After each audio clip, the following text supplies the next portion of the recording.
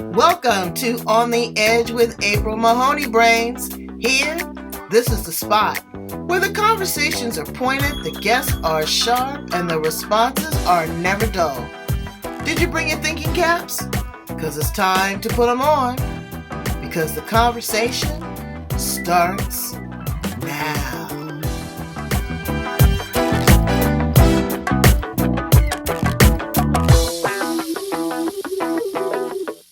So, welcome to On the Edge with April Mahoney Brains. You are at the spot, you are at the place where the conversation is pointed, the guests are sharp, and the responses are never dull. Today, we will look through the eyes of an individual that is losing her sight. I found Maryam on social media, and I got to talking to her, and I tell you, I have another very dear friend that has lost his sight, was born with sight, and is losing it. And he skateboards and does everything everyone else can do. But you know what? People that have sight are still blinded. They don't know how to process. They don't know how to forge ahead. They don't have ambition. They don't have drive. So Maryam is going to share with us her journey and give us some inspiration. Welcome to the show, Maryam. Thank you so much, April. Thank you for having me. Absolutely. So tell my brains a little bit about you and how you show up in the world. All right. Well, I became a public speaker a couple of years ago. I would say officially 2019. The result of starting my life all over again, if I may. So that brings us back to my diagnosis. 21 years old, just come back from a backpacking trip, bubbly, adventurous, love life, living life to the fullest. I was a makeup artist, a professional makeup artist. I had just gotten certified officially 2 years prior to that. And I thought I had a couple of inconveniences during my trip. And so I decided to visit the ophthalmologist, and that led me to being seen by a specialist who took 5 minutes. He looked into my eyes and he said, "You're going blind." Oh my God. Yeah. And everything started from there. I would say it was the start of a new life. And of course, it took a couple of years of exploring and trying to get over it, acceptance, and there were so many things around it I wanted to ignore it, throw it under the rug because I was always an optimistic person at heart. And I remember that day, this is something I share often because I know it touches people, and it mattered more to me than my actual diagnosis. So that day, everybody, I was alone. And I called my mother. I said, "Mom, are there any blind people in our family?" No, she said, "I don't know. Like, we don't know." And so everybody gathered, everyone is doing the test. It was a genetic testing that they had to do. And my father's standing there and he seems very affected by it. He looks at the doctor and he says, and he has an Arab accent. So he said, "Doctor, can I please give her my eyes?" Oh. And when he said that, this is when I thought, okay, I have to put myself together.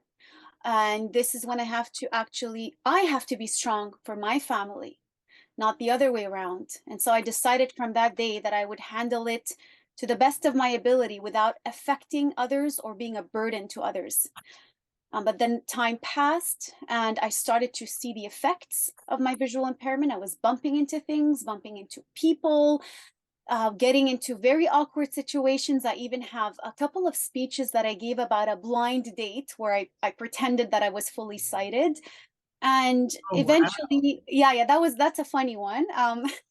And so the guy never found out, but it eventually led to my wanting to hide from the world. And then from there on, I was introduced to a vision readaptation center. And I just made a decision. I made a decision that I can't continue living my life like that. I have to make a change. Well, you are a striking beauty. Thank There's no doubt about that. So that's probably what he was, you put the Spengali on him. He was looking at your beauty and seeing beyond that and looking into your heart and your soul and didn't even notice what was in your eyes. Can you tell us a little bit about what the diagnosis is, or what's the name of the sight issue that you have? Condition, yes, it's a pathology. You simply put, it has a very long name. It's called retinitis pigmentosa, short for RP. What that really means is that your visual field will shrink until it typically reaches the size of a straw hole. And some people end up with no vision at all. It's always different. Some start losing their sight at a specific age, others they fully lose their sight. And it's a retinal degeneration. Yeah, a lot of people have retinal degeneration too. One of my eyes, I have glaucoma. Mm, So, and I be honest with you, I should manage it a lot better than I do. But you don't manage it until it becomes an issue. But I am doing a lot better at it. And a lot of people with diabetes yes. also have retina degeneration. Is there, did you find out if this was genetic or is this just something unfortunately random that happened to you? It's genetic, so nothing happened in particular aside that in my heart and my book, I know it sounds crazy, but or it sounds weird, but it's a gift in my opinion. It was a chance, it was a chance to do something in with life. But to me, it's not something that, it's not a random thing. It was discovered in my 20s. It's typically discovered in the 20s, but it's a genetic mutation, and it's basically the two parents must be a carrier of the gene. They don't have to have it. They can only carry the gene. And if they both happen to carry the gene, which is unlikely, that can create an even more unlikely situation, which will lead to a mutation or a mistake rather in the gene. And that creates, and my mother had it 1 on 4 pregnancies, 1 on 4 chances of Wow. having a child with RP. Yes. Wow. And so now you come to the realization that this is my new life. Mm, This is what I'm going to do. There's a lot of grief involved.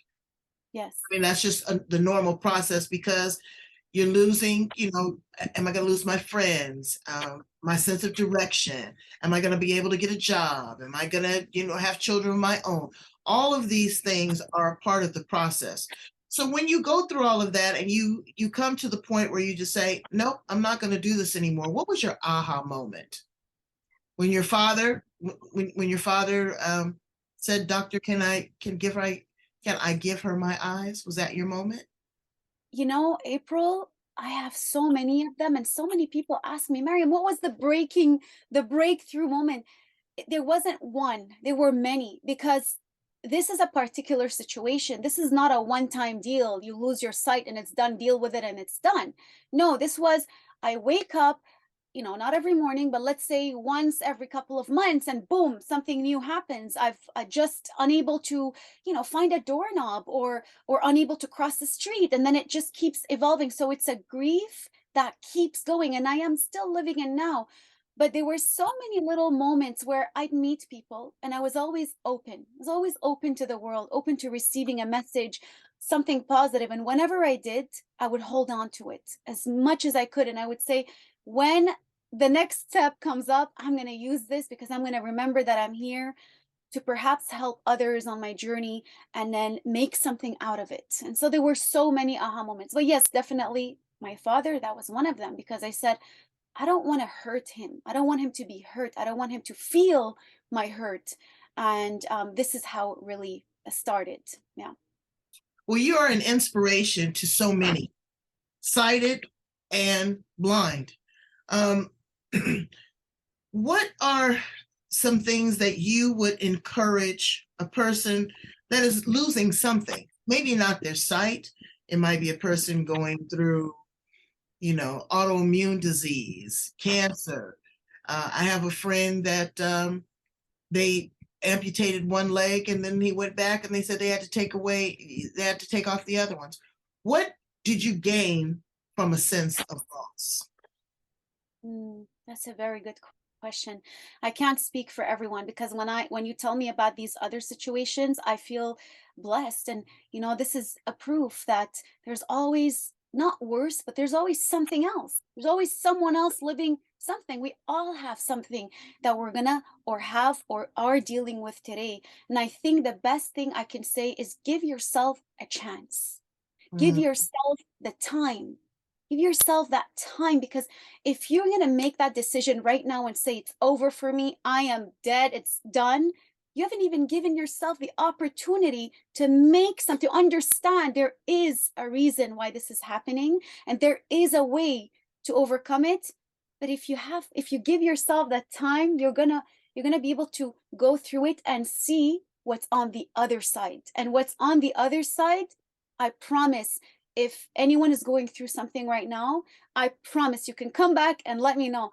What's on the other side is so much more beautiful and rewarding, because when you look back and you say, wow, I've come from all the way, just a little example. I was something so simple, in school, I really wasn't good at math. Okay. Mhm. And after I lost my sight, I became a plus student, and it's just little things, little. Because you tuned into all of your other senses. Exactly. You start wanting to do more, you wanting to be more, you want to, when you have that mindset of wanting to overcome, you are going to be better inside and out after you've overcome. But give yourself the chance. That's what I would say. So you live a very full life. I mean, I see you on social media, Brains. You need to check her out. Okay. You need to follow her, love, like, and share. She's amazing. She's, beautiful in makeup artistry. She's a speaker. But do you hold down a full-time job? Do you go to school? Tell us about your dating, your just everyday activities. All right. So, okay, here's what I do. So, first of all, I've taken up public speaking as a full-time job, whatever that is, a passion. It was a hobby, then it became a passion, now it became my job.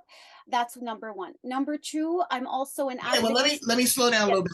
When yes, you yes. say public speaker, what do you speak on? Are you motivational and inspirational? Do you also talk to the blind community, youth? So that's Yes. your target audience? Absolutely. So I speak for companies, I speak for organizations, nonprofit, for profit. I speak at universities. I speak to motivate, inspire, entertain, and educate and create awareness. I touch on diversity and inclusion. I touch on having a visual or physical impairment in the workspace. And I also touch on motivational strategies. And in the midst of that, I share my story. Recently, I did a little workshop coaching session on how to reinvent oneself. And so I shared my story and gave practical ways on how to do it. That's one example. And I've also given talks for companies in the United States and Canada for the Cree community. So I like to vary my Uh, audience. you Yes. you definitely have a story to tell. Absolutely. So how is it, yeah, a little pun intended. How is it dating? Because again, you're visually impaired, so you can't really see them, but you have to go deeper. You have to listen to them. You have to kind of check out their mannerisms. You have to use your nose. You have to use your hands. What is it like dating? It's the same thing. Yeah, really, it is the same thing. The only difference is that I'm not going to appeal to everyone, because not everyone is ready to receive or ready to get into a relationship with someone who has a visual impairment. And this is the reality. And that's okay, because, I'm not going to be everyone's cup of tea. It could have been something else. It could have been I'm blonde and they don't like blondes, or it could have been anything. That's just a preference. So I've learned to accept that, and I love it because I'm out with my white cane. And so this kind of like works out as my filter rather. And then I have always, whether sighted or not, April, I've never looked at appearances. Yes, of course, you have to get attracted to someone, but ever since I'm young, and you can ask any friend, they always say, Maryam, you always find beauty in people. And so I always was attracted to good manners, respectful people with really great personalities and charm. And that's what it is. I don't need to That's see the transparent, rest, right? That's transparent. So tell us a little bit about your experience of dating, and he didn't know that you were sight impaired. I want to hear a little bit about. Okay. All right. So first of all, I meet this guy online. He's French. He's an interior designer, and I picked the place. We eventually have to meet because we're, pen pals and talking on the phone. And I said, man, I eventually have to meet this guy. And so I decided the place, I knew this place already. I've been there. There are lights, there are no stairs, safe for me. So I get there before him. Keep in mind, I've always been always fashionably late. So this time I was extra early. I yeah, I FaceTime a friend and I say she's my confidant at the time, the only person who knew about all of this. I call her up and I say, you have to help me pick something on the menu because he's about to be here in any minute. And we FaceTime, she looks at the menu, we pick something super random.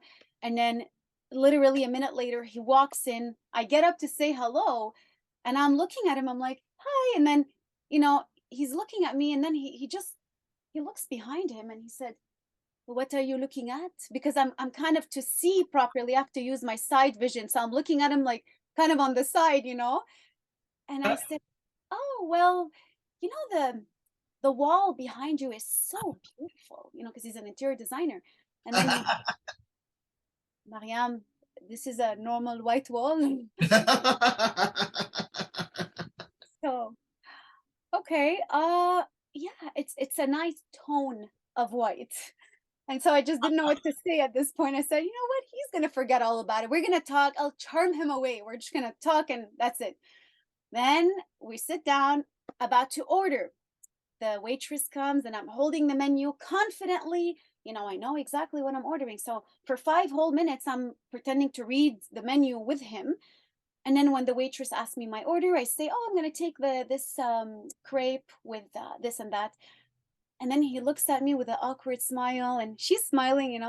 He leans over, he takes the menu, and he does this.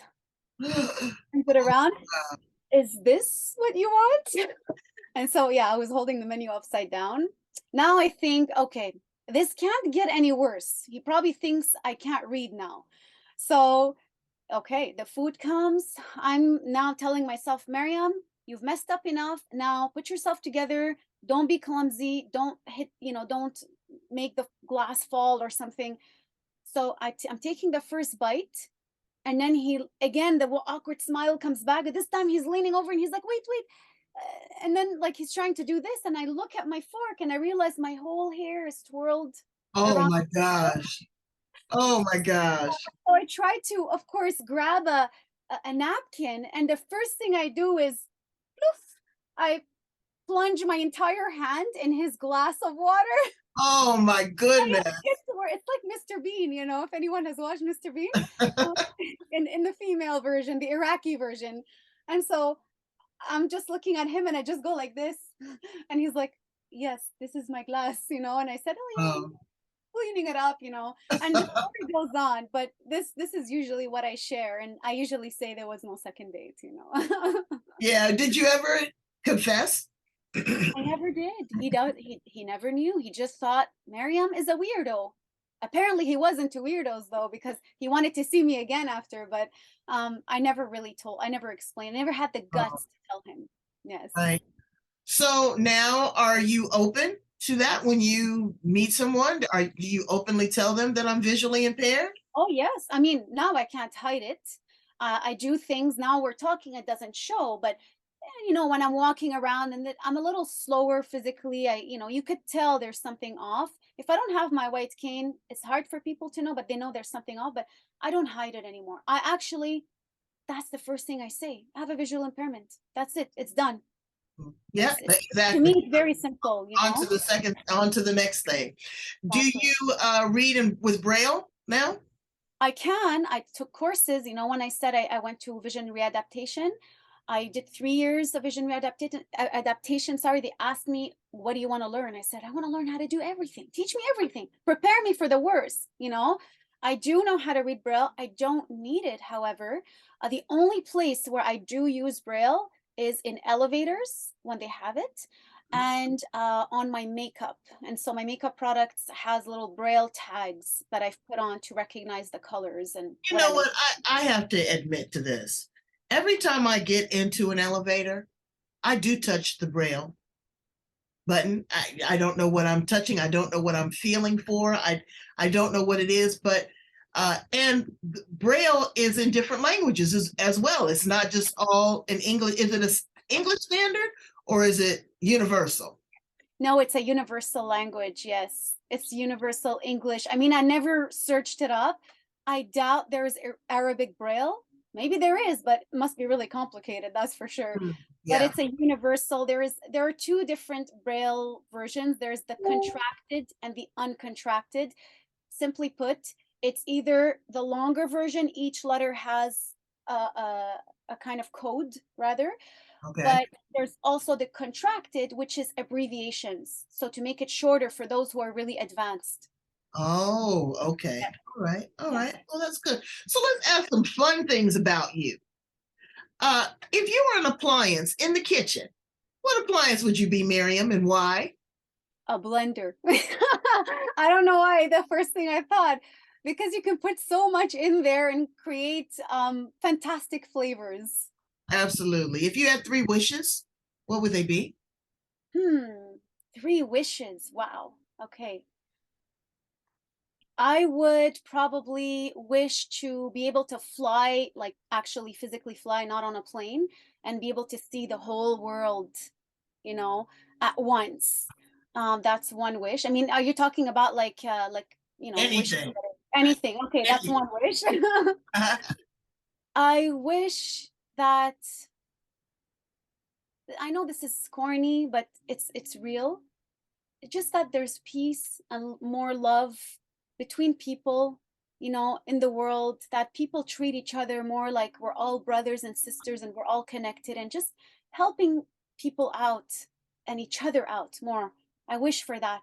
I really wish for that to happen, and the other wish is for everyone to be happy, really, because happy people make a great world. They do. But you know what is beautiful? And I know that my brains have picked up on that. You didn't ask for your sight back. No, no, I Ask for your don't. sight Yeah. back. Even if I had the choice, honestly, I know there's going to be treatments. There are some things going on, and they're trying things. And someone asked me, "What would you do if you got it back?" And I said, "I don't know. It's scary. I'm okay. How long I'm have you pretty been? good like How long have you had this impairment? How old are you now? I am the age of the Christ. I'm 33, and so yeah, I'm born in April, like April, Okay. and yes, so I'm 33, and I was diagnosed at 21. Oh wow. Okay. So 12 years. Yeah, but that's 12 years diagnosed, but I I had it before, but I just didn't know. I thought it was all in my head. Oh, okay. I get it. I get it. Well, you know what? Do you cook? What you Absolutely. cook? What other wonderful things do you do? I know you still do. Your makeup is Yeah. flawless. Thank you so much. I try. I do cook. I love cooking. A little inside info. When I was much younger, I'd always loved hosting parties in my downtown apartment, and my friends would always tell me, "Can you make us your salmon? Can you make us your?" So I loved experimenting, and I kept it. Someone who taught me how to cook from a very young age was my aunt in Germany. She's a real chef, and Mm. she taught me how to pair up spices together. So I always had a thing for smells and what goes well together. And I have techniques. I shake something. Let's say there's oatmeal in a jar. I shake it and I hear how oatmeal sounds when shaken. I know it sounds weird, but that's how. Oh, Or salt and pepper. I smell things. I have adapted everything in the kitchen. So there are buttons, like little raised stickers. So I really know, and I actually cook. I'm not slow. I actually, do it quickly. I like to make simple things. Yeah, I wow. love cooking. You- I do kickboxing. I love martial arts. That's another thing. And I've sparred with sighted people.